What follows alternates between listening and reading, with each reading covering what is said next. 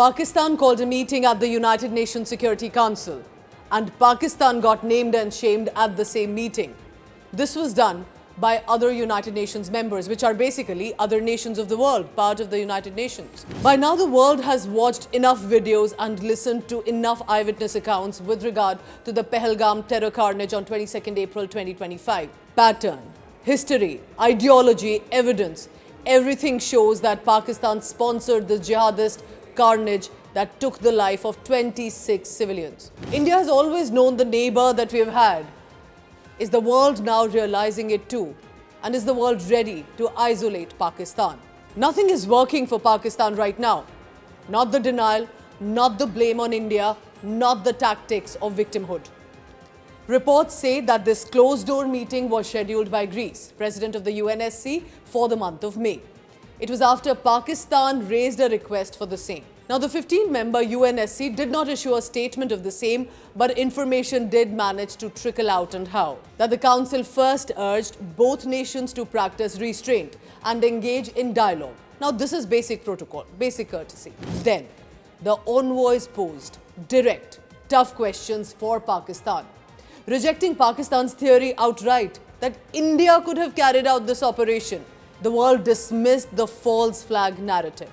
In fact, targeting of Hindus was specifically raised and mentioned to Pakistan in this meeting. The most important, Pakistan's effort to internationalize this issue completely failed. Instead, reports from ANI and PTI suggest that the UN envoys questioned Pakistan's nuclear rhetoric, the threat that they have been making to India. Threats that had come on camera from Pakistan leaders, officials, ambassadors. Such churlish remarks at such a sensitive time.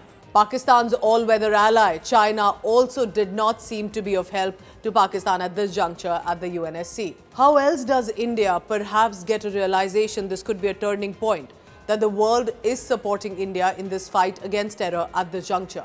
Russian President Vladimir Putin made a call to Prime Minister Narendra Modi. One, accepting the invitation to visit India soon, and strongly condemning the terror attack in Pahalgam. The External Affairs Ministry statement reads, Putin also conveyed deepest condolences on the loss of innocent lives and expressed full support to India in the fight against terrorism. He emphasized that the perpetrators of the heinous attack and their supporters must be brought to justice. These are not simply words in support from Russia. India is set to soon get its second formidable warship built in Russia. It's a multi-role stealth frigate armed with guns and sensors and will succeed the sister ship INS Sushil. Remember, recently India signed a deal with France for the Rafale marine jets. Now INS Tamal will add to our naval power. Remember that India has had Russia as an ally, especially in the defense sector, for decades now, adding now to our tally of support even in 2025. The new 3,900-ton frigate INS Tamal is expected to be handed over to the Indian Navy possibly in the next 1 month once all critical testing is done and completed. Now let me tell you about the big brother, the biggest superpower, the United States of America. In the latest, here's what the US House Speaker has said. It's a crucial statement of support. Listen in. An important relationship for us, and such a large population and such an important country. And India has to stand against terrorism there as well. We'll do everything we can in the U.S. to support those efforts. And I think that's all part of this relationship as it develops. The Trump administration clearly understands the importance of that relationship and clearly understands the importance of the threat of terrorism. And so I think if that threat is increased, I think you'll see the administration, my belief is that they will focus more energy and resources and time to help assist with that. What have you noticed in the past 10 days? That the United States of America has come out in strong support for India. From President Donald Trump calling up Prime Minister Modi directly right after the Pahalgam terror carnage, to their senators, the FBI chief, the intel chief, everyone strongly coming out united in this fight against terror and in support of India. Now, this is a huge departure in the sense of how the United States of America was barely a few years ago seen getting closer to Pakistan at different occasions earlier. At least with the posturing today, even though indirectly, is seen sending a message to Pakistan. However, when it comes to the United States of America, I would urge a little bit of caution. We appreciate the support, the solidarity that India is receiving clearly from the Trump administration.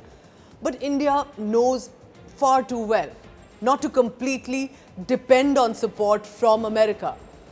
We need support, sure. We do not intend to become anyone's puppet in war games. But because of all of these world responses combined from other nations too that have come in, even from nations in Europe, is the reason that Pakistan and outfits have been on a damage control mode. The TRF, the proxy outfit of terror organization Lashkar-e-Taiba based in Pakistan, first claimed responsibility about the terror carnage in Pahalgam of Indian and Nepalese tourists. And then, in panic, realizing that the world isn't responding how it should have with regard to Pakistan, the TRF took back the response. Pakistan Deputy Prime Minister Ishaq Dar even confessed in the Pakistan Parliament that this TRF, the resistance front, has the Pakistan establishment support. That the UNSC was urged not to mention it in the statement. Can you believe it? Who does that? Accepting support blatantly to an outfit that clearly launches attacks on innocent people and the armed forces. That's what TRF has done since 2019. So here's what I will say in conclusion. With every comment that Pakistan leaders and the establishment are making, they are exposing themselves to the world. And we hope in turn are pushing in the support and solidarity for India. It's the time for world to decide which side to pick. Thank you for watching.